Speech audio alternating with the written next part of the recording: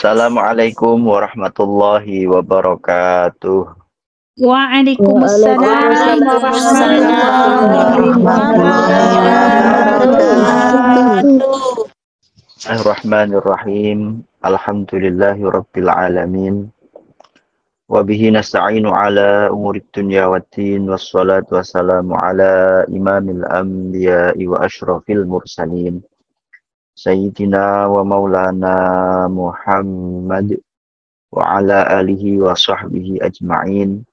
Subhanaka la ilma lana illa ma 'allamtana innaka antal alimul hakim. Amma ba'd. Ayuhas sadatu was sayyidat,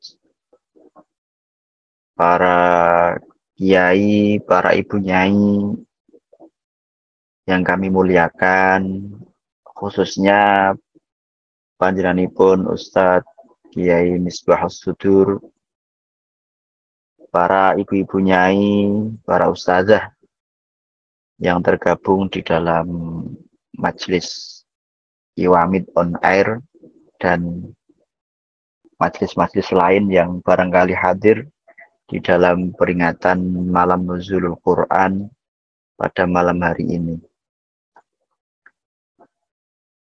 Ngapunten, suara kula jelas nggih? Suara saya jelas nggih? Alhamdulillah, Masya Allah, jelas Ustadz. Nggih, alhamdulillah. Nggih, alhamdulillah wa syukrulillah, saya pribadi bersyukur kepada Allah dan tentu kita semuanya hendaknya selalu bersyukur kepada Allah Subhanahu wa taala atas limpahan nikmat, rahmat, taufik hidayah kepada kita semuanya, khususnya pertemuan pada malam hari ini kita tetap diberi kenikmatan sihah wal afiyah, kenikmatan tetap iman Islam yang merupakan nikmat yang sangat besar sekali, yang dalam sebuah hadis dikatakan, hadis qudsi, Allah mengatakan, saya memberikan dunia ini liman nuhibbu wa man la nuhib. Dunia ini aku berikan kepada orang yang aku cintai, bisa juga kepada orang yang tidak aku cintai. Tetapi iman, nikmat iman itu hanya aku berikan kepada orang yang dicintai. Masya Allah, ada hadisun azim, ini hadis yang luar biasa.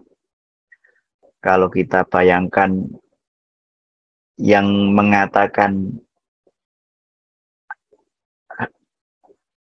iman aku berikan hanya kepada orang-orang yang aku cintai. Ini Allah Subhanahu wa ta'ala, bukan siapa-siapa, tapi Allah. Ini menandakan bahwa alhamdulillah kita semua yang hadir pada saat ini khususnya, insya Allah dan pasti, asalkan di dada kita masih ada iman, kita tergolong orang-orang yang dicintai oleh Allah Subhanahu wa ta'ala. Ini merupakan sebuah nikmat yang luar biasa. Salawat dan salam kita haturkan kepada junjungan kita Nabi Agung Muhammad sallallahu alaihi wasallam, seorang hamba yang mendapatkan wahyu Al-Quran yang merupakan mu'jizat al-khalidah, al-mu'jizat al-khalidah. Quran merupakan mukjizat yang langgeng, berbeda dengan mukjizat-mukjizat yang lain. Yang mukjizat-mukjizat yang lain ini kita hanya dengar ceritanya, tapi kalau Al-Quran ini Masya Allah, sampai saat ini kita masih bisa merasakan nikmat tersebut, masih bisa menangi, merasakan mukjizat tersebut. Ini juga merupakan sebuah nikmat yang luar biasa. Kita ditakdir oleh Allah sebagai umat Islam yang punya perhatian terhadap Al-Quran, punya atensi terhadap Al-Quran, baik dengan cara membaca, menghafal, mentadaburi. Tadi kita dengarkan bersama ada syarhil Quran, penjelasan atau pensyarahan daripada ayat-ayat Al-Quran untuk kita tadabburi, kita renungkan, dan tentu saja goalnya adalah bisa kita amalkan di dalam kehidupan sehari-hari. Ini merupakan nikmat yang luar biasa yang seharusnya tidak henti-hentinya kita selalu mensyukurinya. Ibu-ibu yang kami muliakan, karena ini malam nuzulul Quran atau peringatan nuzulul Quran, saya izinkan saya menjelaskan dua hal. Pertama, tentang peristiwa nuzul Quran itu sendiri. Tentu sudah sangat populer sekali kalau nuzul Quran itu atau turunnya Al-Quran itu terjadi pada bulan Ramadan. Dan ini ditegaskan di dalam Al-Quran surah Al-Baqarah ayat 185. Syahrul Ramadan alladzi unzila fihi al-Qur'an hudan lin-nas wa bayyinatin minal huda wal furqan. Al-ayah.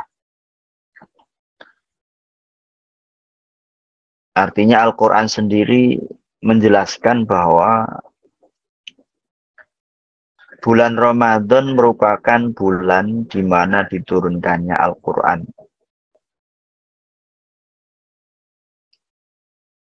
Pertanyaannya, tanggal berapa?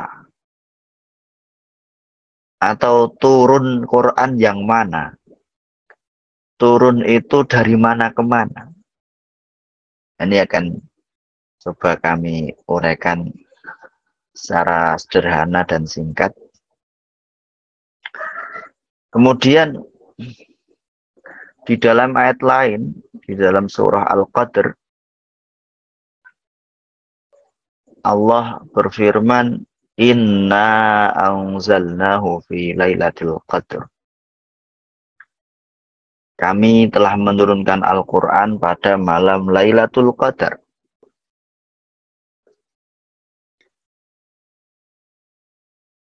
Nah, sebenarnya tanggal berapa Al-Quran itu diturunkan? Kalau menggunakan teori mayoritas orang Indonesia, khususnya orang Muslim secara umum, di mana kita ini sangat atau kita ini seringkali memprediksi bahwa Lailatul Qadar itu terjadi di 10 hari terakhir, terutama di tanggal ganjil.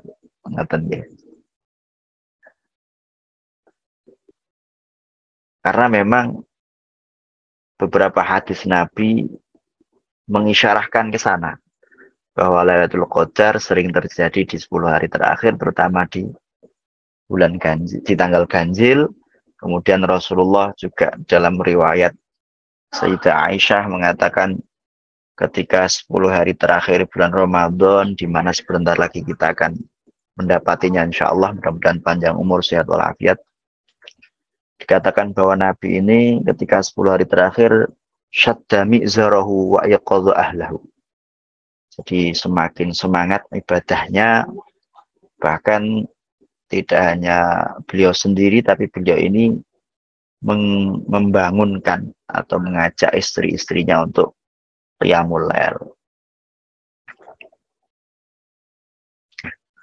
Tetapi kenapa lantas peringatan nuzul Quran ini kok menjadi tanggal 17? Ya. Yang tadi ayatnya mengatakan pada Lailatul Qadar, di mana dalam asumsi kita mayoritas umat Islam Lailatul Qadar itu sering turunnya itu pada 10 hari terakhir. Nah, memang ada beberapa riwayat,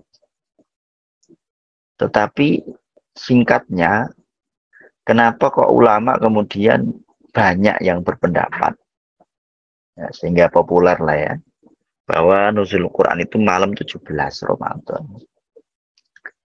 Itu mengacu pada ayat Al-Quran. Di dalam Al-Quran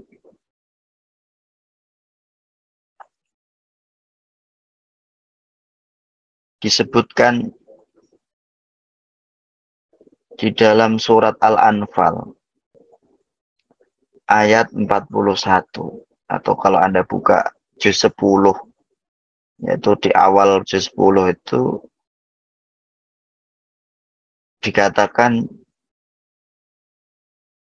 wa'lamu annama ghanimtum min syai'in fa anna lillahi khumusahu wa lirrasuli wa lidhil qurba wal yatama wal masakin wa ibnis sabil in kuntum amantum billahi wa ma anzalna.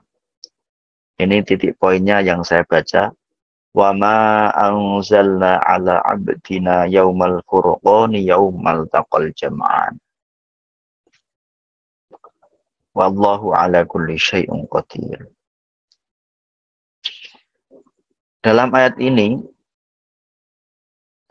saya garis bawahi pada ayat lafal wa ma anzalna, jika kalian beriman kepada Allah, dan wa ma anzalna, dan kitab yang kami turunkan ala abdina, kepada hamba kami, yaitu Kanjeng Nabi Muhammad, yaumal furqani yaumal taqal jam'an.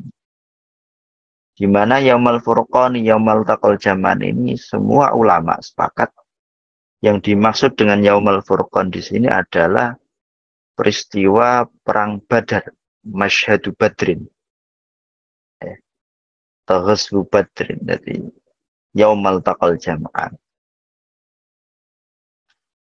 Di mana di dalam riwayat-riwayat ahli sejarah menyebutkan bahwa perang Badar ini, ya, yang paling banyak itu dikatakan terjadi, atau ya, perang Badar ini terjadi pada tanggal 17 Ramadan. Ya, 17 Ramadan. Sehingga kalau kita simpulkan bahwa pertama Al-Quran diturunkan di bulan Ramadan. Oke.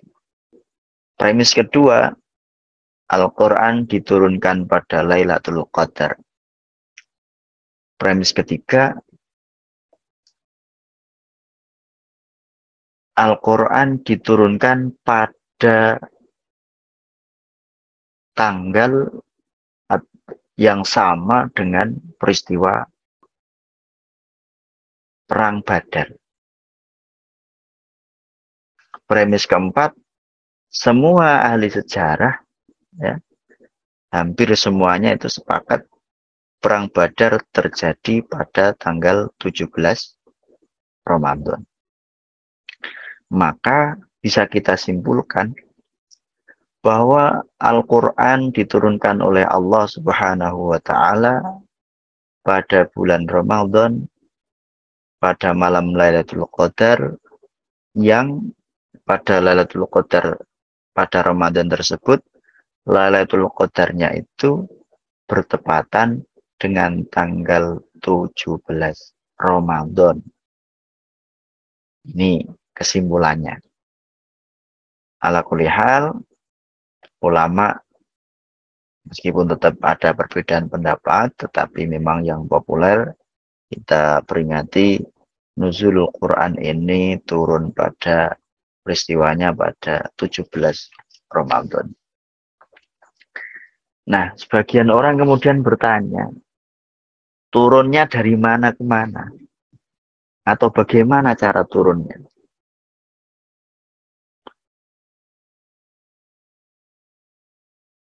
Para ibu-ibu yang dimuliakan Allah Subhanahu wa Ta'ala, Al-Quran ini merupakan kalamullah, yang kemudian ditulis di dalam Lauhil Mahfuz.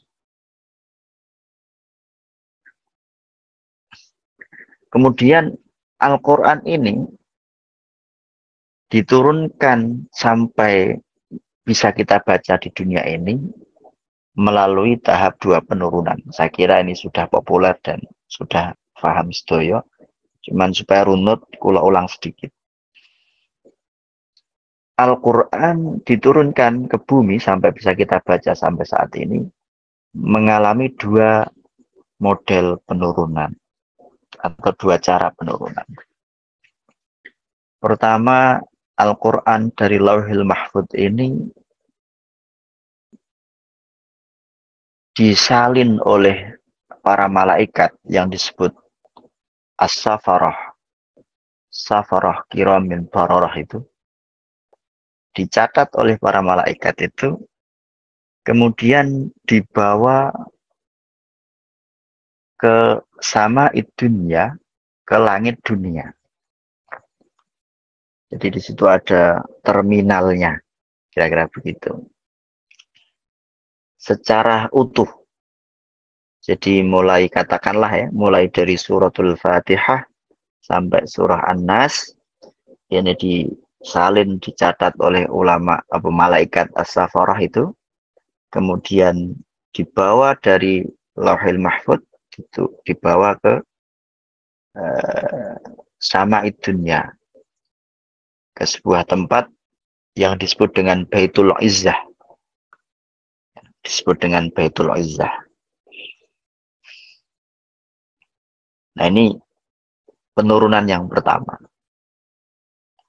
Kemudian dari Baitul Izzah ini oleh malaikat Jibril diturunkan ke bumi kepada Kanjeng Nabi Muhammad secara bertahap. Nah, timbul pertanyaan. Sekarang turunnya Al-Quran yang malam Lailatul Qadar yang dikatakan 17 Ramadan ini turunan yang mana? Apakah semuanya? Apakah setiap proses turun Al-Quran itu diturunkan hanya Lailatul Qadar saja? Nah, ini maka saya akan menjelaskan 3 teori tentang kaifiyatu inzalihi. Jadi saya ini biar lebih valid, saya membaca kitab namanya Al-Itqan fi Ulumil Quran, karya Imam Asyuti yang wafat tahun 911 Hijriah. Ini yang kami gunakan di dalam kami ngajar Ulumul Quran di Mahat Ali. Mahat Ali itu ya semacam kampus setingkat S1, tetapi di basicnya pondok pesantren, di dalam pondok pesantren. Baik, saya bacakan sekilas, ya, mudah-mudahan apa yang akan kami sampaikan ini saestu bermanfaat dan menambah kecintaan kita kepada Al-Quran. Ada 3 pendapat ya, bahwa tata cara diturunnya Al-Quran dari Lauh Mahfuz ini ada 3 pendapat. Pertama, bahwa Quran ini diturunkan dari Lauhil Mahfuz ke langit dunia, tadi ke sebuah tempat yang namanya apa tadi, Bu? Apa tadi namanya? Terminalnya namanya apa tadi?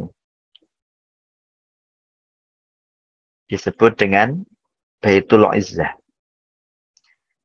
Diturunkan ke langit dunia ini secara nek jari wong Kudus niku gelondongan. Secara utuh. Jadi 30 juz, kemudian 114 surah, dan 6.000 berapa? Ayat Al-Quran pinten, Bu? Ya?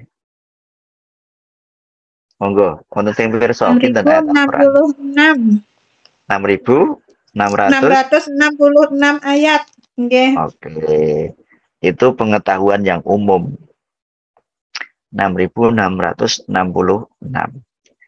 Tetapi di dalam menurut pendapat ulama-ulama yang ngitung Jadi ada ilmu namanya itu Bu. Namanya ilmu Abdul Ayi, ilmu ngitung ayat Al-Qur'an. Itu ternyata setelah kami baca dan kami terima dari guru kami juga, itu jumlah ayat Al-Qur'an itu 6.600. Itu yang sepakat. Yang lebihnya ini beda-beda. 6.600 ada yang 14. 6.600 ada yang 23. 6.600 kalau Quran yang di Indonesia beredar itu 6.636 atau 37. Jadi sebenarnya pendapat yang menghitungnya 6.666 itu tidak ada satupun yang mengatakan dari ulama-ulama yang ahli Quran ya. Saya bilang ulama-ulama yang ahli Quran itu.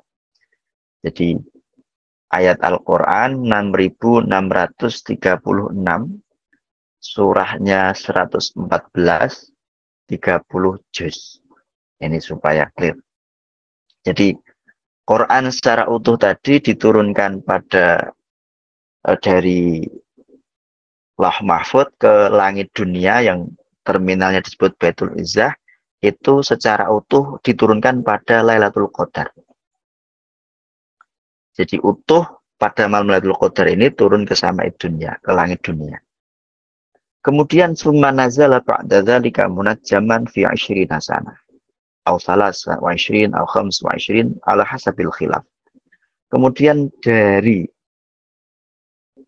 terminal yang disebut Baitul Izzah ini diturunkan kepada Kanjeng Nabi Muhammad ini secara munajjaman. Kalau bahasa enaknya dicicil. Ya, kalau butuhnya satu ayat, ya diturunkan satu ayat. Bahkan dalam cerita itu ada yang turunnya itu satu kalimat, Bu. Jadi ayatnya udah turun. Wa may yastawil qa'iduna minal mu'minina, itu sudah turun lengkap, tapi disusulkan satu kalimat. Wa may yastawil qa'iduna minal mu'minin, disusulkan kalimat ghairu ulid dorori. Itu susulan. Jadi menarik kalau kita baca turos atau kitab-kitab yang terlebih yang menjelaskan tentang ulumul Quran. Ini saya kembali lagi. Jadi diturunkannya dari Baitul Izzah dari langit dunia ke bumi ini selama 20 atau 23 tahun tergantung khilafnya ulama secara dicicil. Jadi secara kebutuhan. Kebutuhannya satu surah, kadang satu surah ya, kadang dua surah ada yang diturunkan 3 ayat, 5 ayat dan sebagainya. Nah, ini pendapat pertama dan ini dikatakan para ulama pendapat yang paling kuat, paling masyhur bahwa nuzul Quran yang kita peringati hari ini tanggal 17 katakanlah 17 Ramadan, berarti kita memperingati turunnya Al-Quran ini maksudnya turun dari Lauhil Mahfud kepada sama'id dunya. Kemudian pendapat kedua, ini menarik pendapat ini. Al-Quran diturunkan dari Lauh Mahfud ke sama'id dunya niki pada malam Lailatul Qadar ini tidak langsung sak gelondong. Tetapi yang diturunkan pada malam hari ini, pada tahun ini adalah sekadar kebutuhan yang mau diturunkan pada tahun 2025 misalnya. Jadi katakanlah pada tahun pertama Hijriah atau ya tahun pertama Hijriah misalnya, ayat yang hendak diturunkan dalam jangka 1 tahun ini sejumlah 1000 ayat misalnya. Maka pada malam Lailatul Qadar bulan Ramadan tahun tersebut diturunkanlah dari Lauh Mahfud ke sama'id dunya sesuai kebutuhan tahun tersebut. Sehingga Al-Quran ini turunnya dari Lauh Mahfud ke langit dunia atau ke Baitul Izzah ini berulang kali selama 23 tahun. Jadi setiap tahun ini stoknya ini, restoknya ya kira-kira begitu, itu setiap tahun. Jadi yang tahun ini sudah diturunkan semua, Ramadan tahun ini, malam ini misalnya, ini yang diambil atau diturunkan dari Lauh Mahfuz, ayat-ayat yang hendak diturunkan ke bumi pada 1 tahun mendatang. Jadi begitu terus sampai 23 tahun kira-kira begitu. Nah ini setelah sudah ada di Lauhil di Baitul Izzah, baru diturunkan ke bumi secara yang tahun. Nah ini pendapat kedua. Jadi perbedaannya kalau pertama itu dari Lauh Mahfuz ke Sama'id Dunya, langit dunia ini gelondongan. Kalau pendapat kedua ini dari langit Lauh Mahfuz ke langit dunia yang disebut terminalnya dengan Baitul Izzah, ini diturunkannya sesuai kebutuhan atau sesuai kadar jumlah yang akan diturunkan pada tahun tersebut. Kemudian setelah di Baitul Izzah diturunkan ke bumi oleh malaikat Jibril sesuai kebutuhan panjang tahun. Nah, kemudian pendapat yang ketiga. Pendapat yang ketiga ini mengatakan bahwa Al-Quran diturunkan pada permulaannya atau diawali diturunkannya itu pada malam Lailatul Qadar. Jadi secara keseluruhan atau tidak dibahas. Yang penting Al-Quran itu pertama turun ke bumi itu pada malam Lailatul Qadar. Baik dari Lauh Mahfuz ke Baitul Izzah itu dia diturunkannya pertama kali itu pada malam Lailatul Qadar.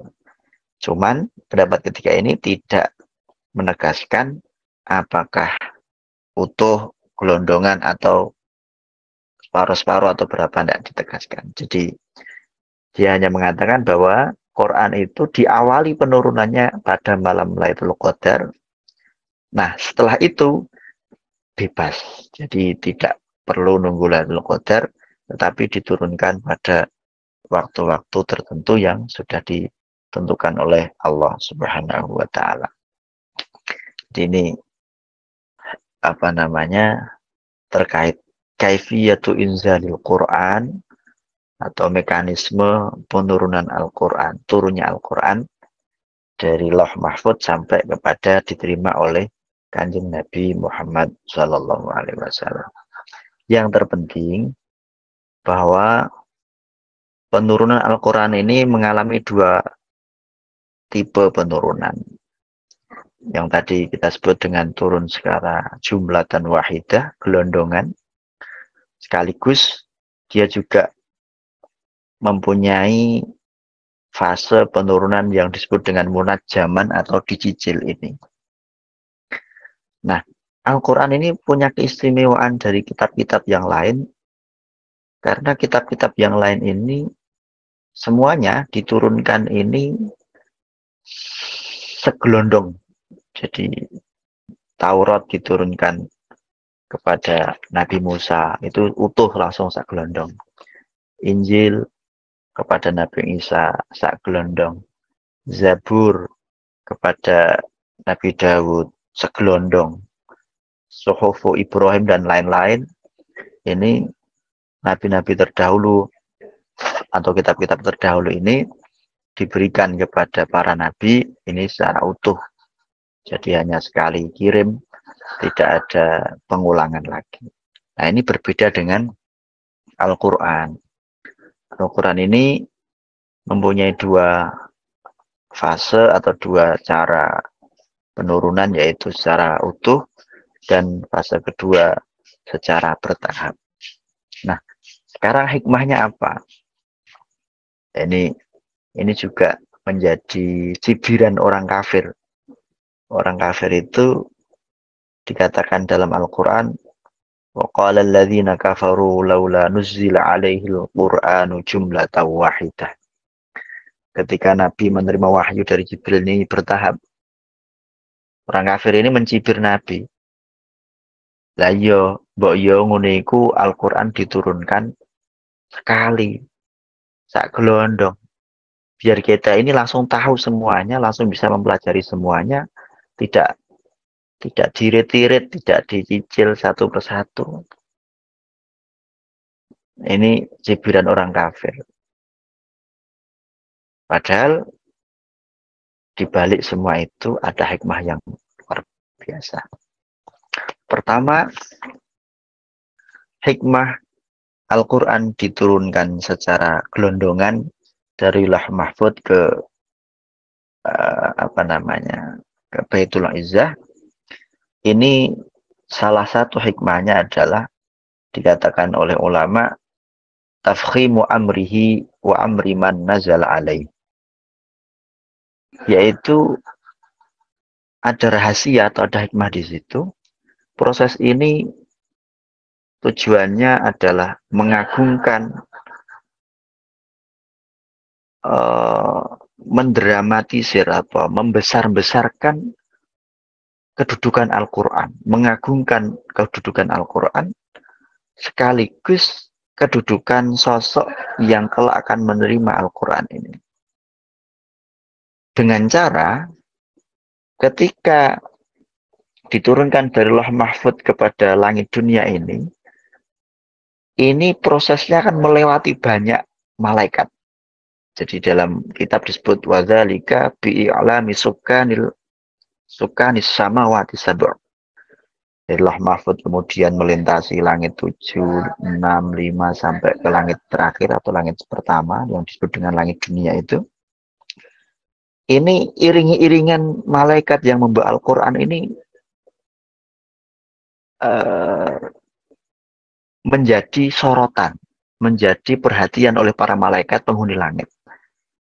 Diarak ya, semacam kayak karnaval kira-kira begitu, sehingga orang itu, semua malaikat di langit ini mengetahui, wah ini ada kitab yang luar biasa, ya, supaya penduduk langit ini tahu bahwa ini loh Allah Ta'ala ini akan menurunkan kitab yang luar biasa sebagai penutup ajaran daripada nabi-nabi terdahulu kepada orang yang tentu luar biasa dan diterima nantinya oleh umat yang menjadi khairu ummatin ukhrijat linnas.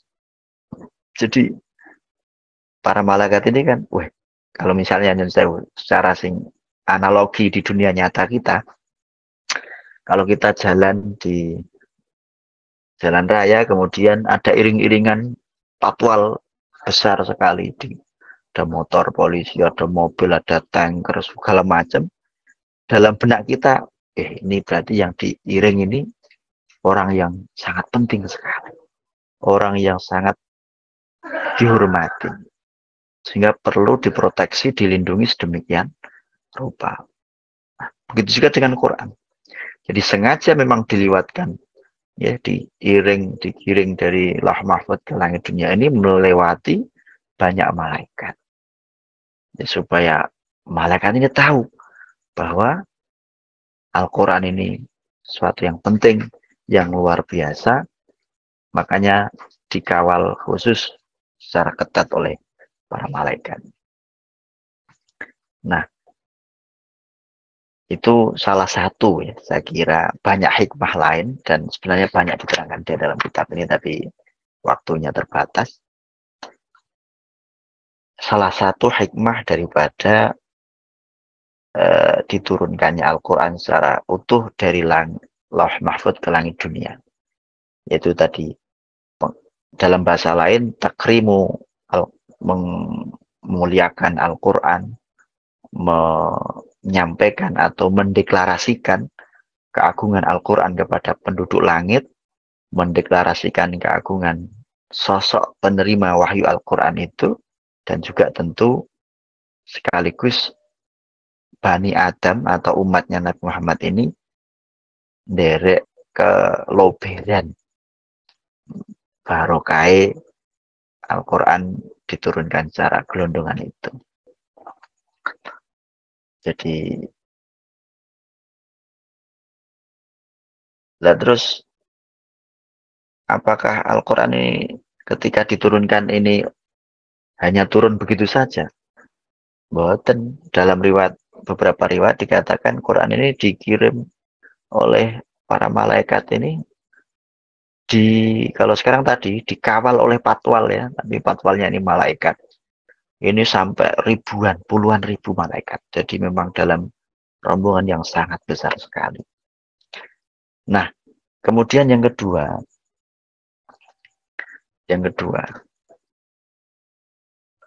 di antara hikmahnya diturunkannya secara gelondongan adalah ya menyamakan atau menyetarakan, menstandarkan Al-Quran dengan kitab-kitab Nabi yang terdahulu. Di mana tadi saya sampaikan Nabi Musa menerima Taurat secara utuh, Nabi Isa menerima Injil secara utuh. Jadi Quran pun diturunkan dari Lauh Mahfuz ini secara jumlatan wahidan. Jadi supaya standar sama dengan kitab-kitab yang lain. Hanya perbedaannya diterima oleh Nabi ini yang secara bertahap atau dicicil itu tadi. Nah, sudah dijawab oleh Al-Quran ketika tadi saya kutip ayat Al-Quran yang mana orang kafir itu mengolok-olok Nabi, mencibir Nabi. Ayo mbok yo Quran ini diturunno utuh kayak kitab-kitab yang lain. Biar kita itu langsung bisa mengkajinya secara komprehensif, secara utuh, gak sepotong-potong. Dijawab oleh Al-Quran, langsung lafal setelahnya dalam satu ayat itu, kadzalika linusabbita bihi fuadak. Ya.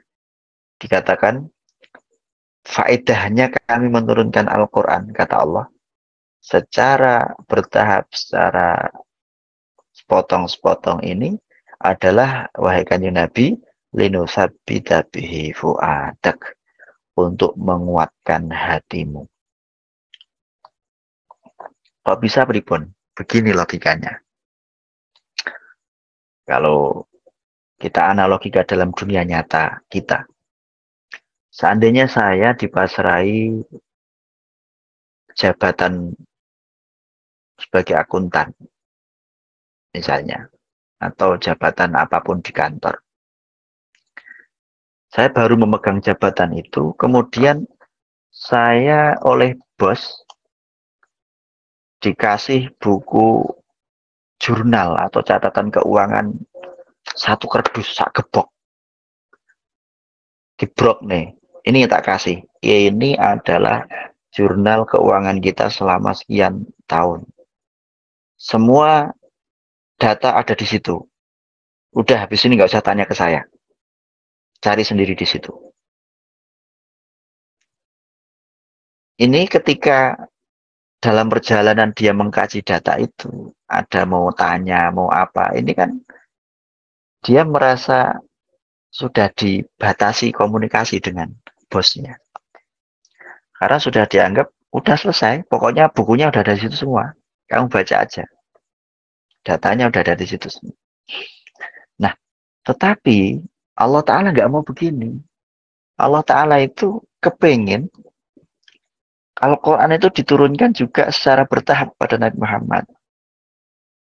Jadi Nabi Muhammad misalnya membutuhkan jawaban tentang pertanyaan dari orang Yahudi misalnya tentang yas'alunaka 'anir ruh qulir ruhu min amri rabbi. Allah ngasih jawaban satu ayat, dua ayat. Nabi membutuhkan jawaban tentang bagaimana sih tata cara sholat, diturunkan ayat. Bagaimana sih tata cara wudhu? Mohon maaf. Allah nurunkan wudhu. Bagaimana cara seterusnya. Dan ini secara bertahap. Supaya apa? Supaya Allah terus memperbarui komunikasi dengan Nabi Muhammad Sehingga Nabi Muhammad ini di dalam berdakwah ini ayem, merasa ketunggonan. Kalau orang Jawa itu, kita merasa ditunggoi oleh guru kita. Misalnya, kalau saya misalnya disuruh dakwah ke satu daerah yang belum pernah saya tahu medannya, kemudian guru saya bilang, ini kamu tak kasih ilmu atau tak kasih uang segini. Nanti kalau habis minta lagi. Kalau kamu butuh ngomong. Nah, ini begitu komunikasi terus terjalin antara guru dan murid. Ini kan muridnya ayem, ya, yang merasa dakwah ini ayem. Kalau ada apa-apa, pertanyaan soal fikih, soal agama, tanya ke saya, misalnya gurunya begitu. Nah, ini supaya terjalin komunikasi terus-menerus. Nah, ini yang disebut oleh Al-Quran, kadzalika linusabbita bihi fu'adak. Supaya hatimu itu teguh di dalam berdakwah menghadapi kaum musyrikin, menghadapi orang kafir Yahudi, maka Al-Quran ini kami turunkan secara bertahap, supaya apa?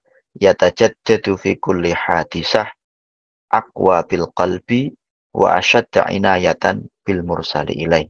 Ini supaya meneguhkan, menguatkan hatinya Kanjeng Nabi, cara tingkutus niku dibombong atine. Kemudian kenapa kok bisa dibombong? Ya karena merasa diperhatikan. Begitu butuh dikirimi surat, begitu butuh di WA kalau sekarang, di telepon. Nah ini supaya Nabi ini merasa bombong manah, kira-kira begitu. Nah, ada tafsir lain yang mengatakan linu sabita bihi fu'adak.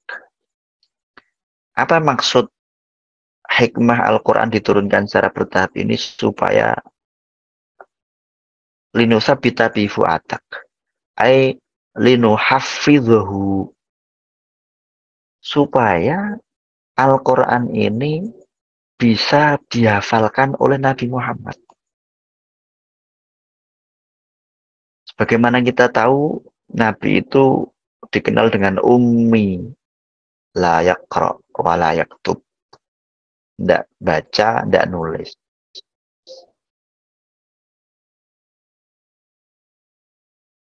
Maka supaya Quran ini bisa mantap, menetap di dalam hati Kanjeng Nabi, maka Allah Ta'ala menurunkannya secara bertahap.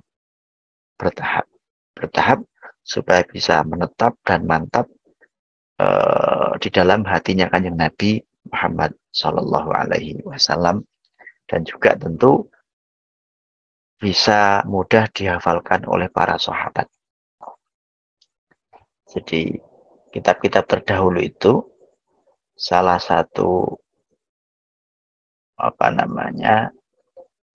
ciri khasnya itu kan tadi diturunkan secara gelondongan utuh kepada nabinya, sehingga imbasnya itu tidak bisa dihafal. Jadi kitab Taurat, Injil, Zabur itu tidak bisa dihafal. Tidak bisa dihafal. Meskipun ada satu dua daripada ulama di masa tersebut yang menghafal Taurat ataupun menghafal Injil. Nah, tetapi secara umum kelebihan daripada Al-Quran ini mudah dihafalkan dibandingkan kitab-kitab yang terdahulu. Ini merupakan salah satu bentuk kehebatan Al-Quran. Quran itu berbahasa Arab. Sudah diterjemahkan ke dalam bahasa selain Arab, ini kira-kira ada lebih 80 bahasa. Bahkan sekarang di Indonesia ini ada terjemah bahasa Madura, terjemah bahasa daerah. Kalau Jawa ya sudah banyak, sudah bahasa daerah-daerah lain itu sekarang sudah ada, sudah mulai banyak ditemukan Quran dengan terjemah bahasa-bahasa daerah. Tetapi yang aneh, ini tidak pernah kita temukan satu orang pun yang hafal terjemah Al-Quran. Ya, jenengan yang berbahasa Jawa, ya, kulo tantang ngafalke surat Al-Baqarah, terjemahnya bahasa Jawa.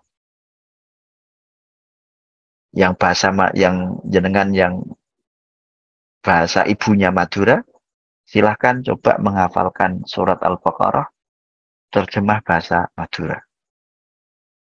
Bandingkan dengan panjenengan menghafalkan surat Al-Baqarah dengan bahasa Arab. Dijamin pasti akan lebih mudah menghafalkan surat Al-Baqarah yang berbahasa Arab.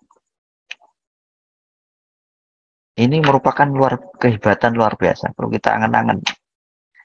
Bahkan penerjemahnya sendiri, katakanlah Kemenak, penerjemah Al-Quran, saya yakin penerjemahnya sendiri itu tidak hafal dengan terjemahannya. Ini kan aneh. Padahal dia sendiri yang nyusun kalimatnya, yang memilih diksi kata-katanya, yang merangkainya. Tetapi saya yakin dia tidak hafal terjemahannya. Ya. Ini salah satu apa?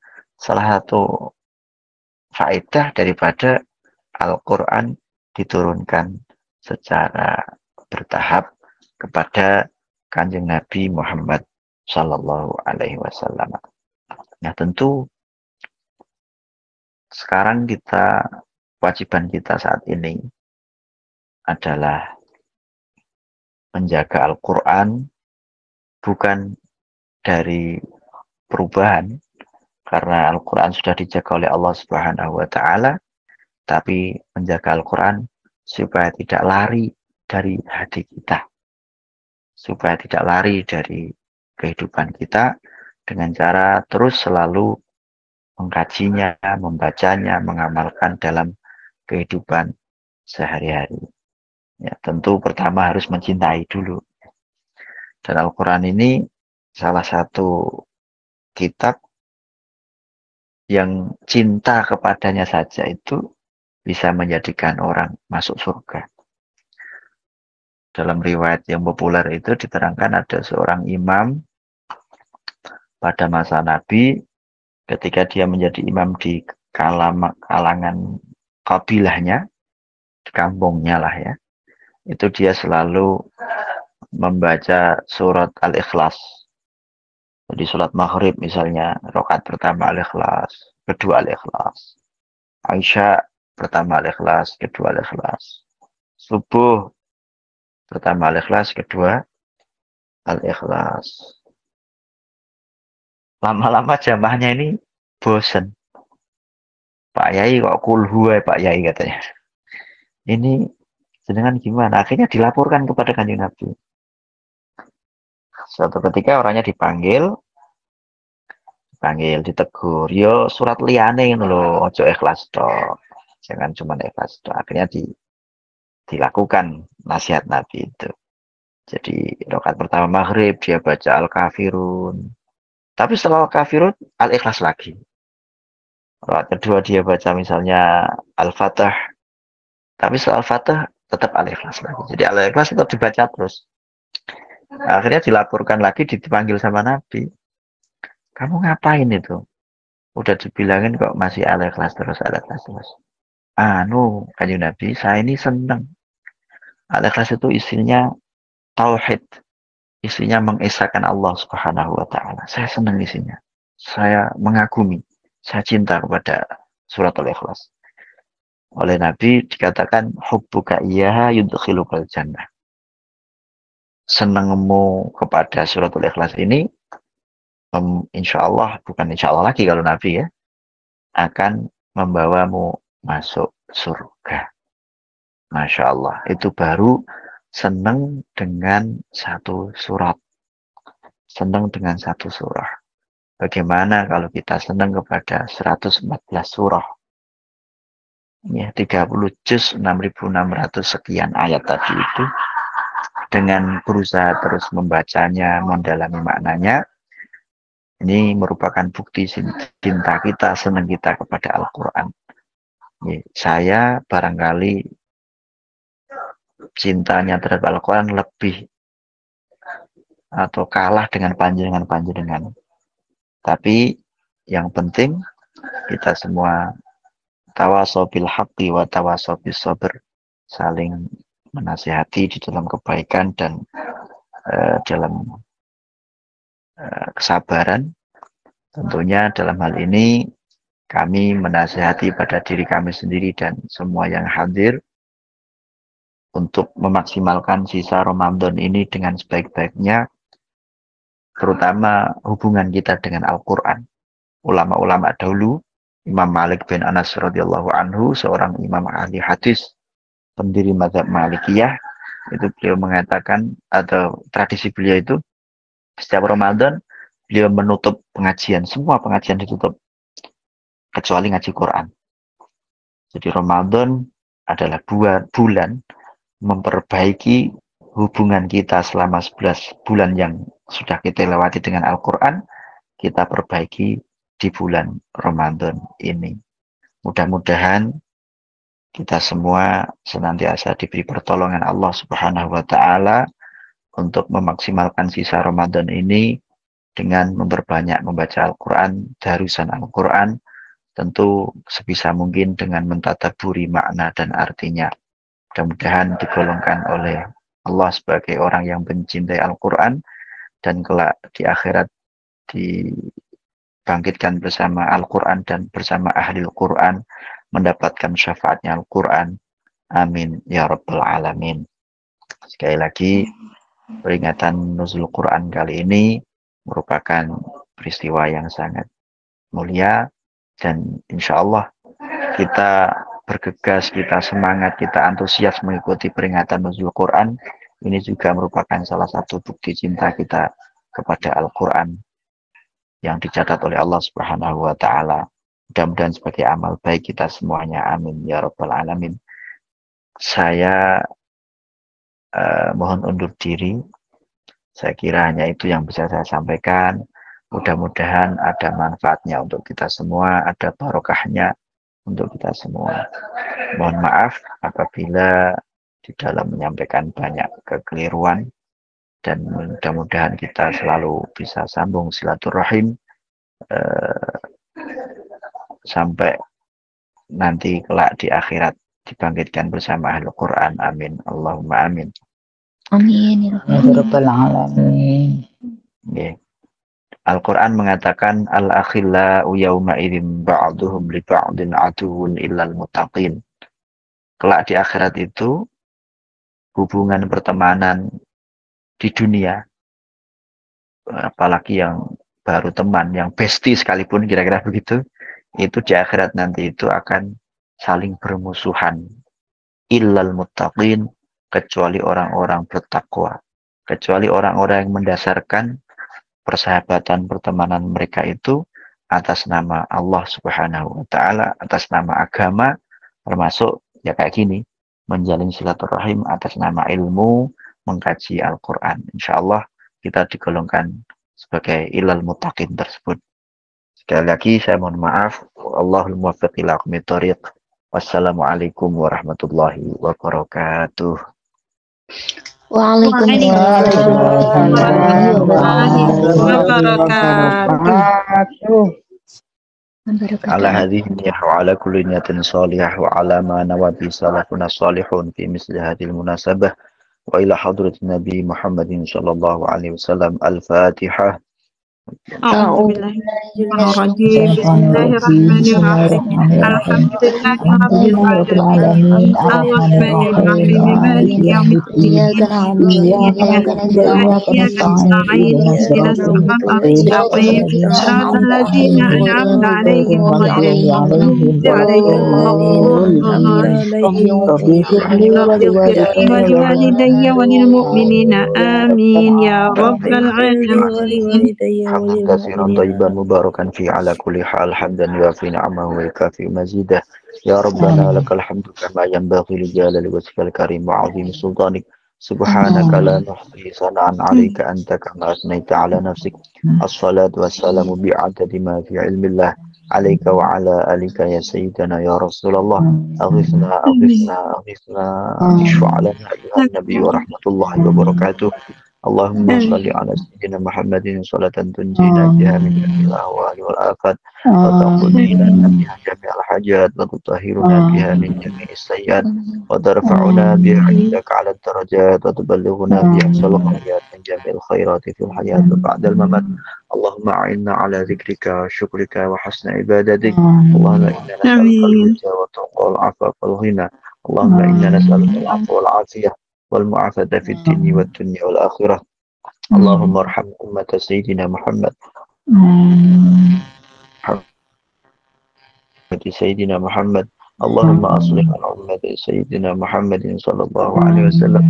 اللهم اجعلنا وأهلنا وأولادنا وذرياتنا وتلاميذنا ومديرنا من أهل العلم وأهل الذكر وأهل الخير وأهل القرآن ومن أهل لا إله إلا الله محمد رسول الله صلى الله عليه وسلم. اللهم اغفر لنا ذنوبنا وإسرافنا خطايانا كلها ولوالدينا ولمشايخنا ولمعلمينا ولمن له حق علينا ولجميع المؤمنين والمؤمنات والمسلمين والمسلمات الأحياء منهم والأموات.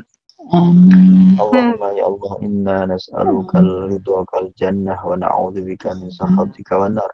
اللهم إنك عفو كريم تحب العفو فاعف عنا. اللهم إنك عفو كريم تحب العفو فاعف عنا. اللهم اعتق رقابنا ورقاب آبائنا وأمهاتنا وأجدادنا وجداتنا وإخواننا من النار أجمعين. اللهم اجعلنا من المقبولين عندك أجمعين وتب وزكي وعمن يقول آمين آمين. ربنا هب لنا من أزواجنا وذرياتنا وتعين وجعلنا للمتقين إماما رحمة وهيئ لنا من أمرنا رشدا. ربنا آتنا في الدنيا حسنة وفي الآخرة حسنة وقنا عذاب النار. رب اجعلني مقيم الصلاة من ذريتي ربنا وتقبل دعاء. وصلى الله على سيدنا محمد وآله وصحبه وسلم والحمد لله رب العالمين. بسم الله الرحمن الرحيم الحمد لله رب العالمين الرحمن الرحيم مالك يوم الدين إياك نعبد وإياك نستعين اهدنا الصراط المستقيم صراط الذين أنعمت عليهم غير المغضوب عليهم ولا الضالين. اغفر لي ولوالدي وللمؤمنين آمين يا رب العالمين.